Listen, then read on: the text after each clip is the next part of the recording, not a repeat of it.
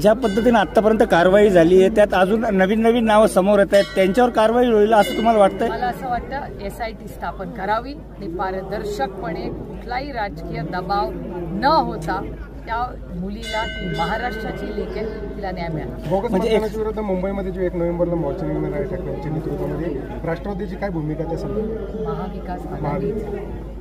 महाविकास आघाडीचा मोर्चा. अजितदादा जैन मुलींच्या भेटीसाठी जाणार, मात्र अद्याप काही गेले नाही, जो विषय सतत चर्चेला आहे. मुरलीधर मोहोळांवर जे दंगेकर आरोप करतायत, काय वाटतं त्या आरोपांमध्ये तथ्य असेल? मला असं वाटतं याचं उत्तर माननीय मुख्यमंत्र्यांनी दिलं पाहिजे. त्याचं कारण माननीय मुख्यमंत्री राज्याचे मुख्यमंत्री आहेत, त्याच्यामुळे मुख्यमंत्र्यांनी जर स्पष्टीकरण दिलं तर आपल्याला नक्की कळेल ना काय होतं. रोज त्यांचेच मित्रपक्ष आरोप करतायत ना, हे दंगेकर जी हे त्याच सरकारमध्ये आहेत आणि त्यांनी तर ठरवलं की माननीय प्रधानमंत्र्यांनाच पत्र द्यायचं. त्याच्यामुळे ते माननीय प्रधानमंत्र्यांना काय पत्र लिहितात त्याचा आपण ड्राफ्ट बघूया. अतिवृष्टीच्या मुद्द्यावर दिवाळी गोड करू असं सरकार म्हणालं, मात्र जी काही मदत सध्या जमा होते ती एकदम तुटपुंजी आहे. काय वाटतं? पहिल्या दिवसापासून आम्ही म्हणत होतो हे पॅकेज पुसवा आहे.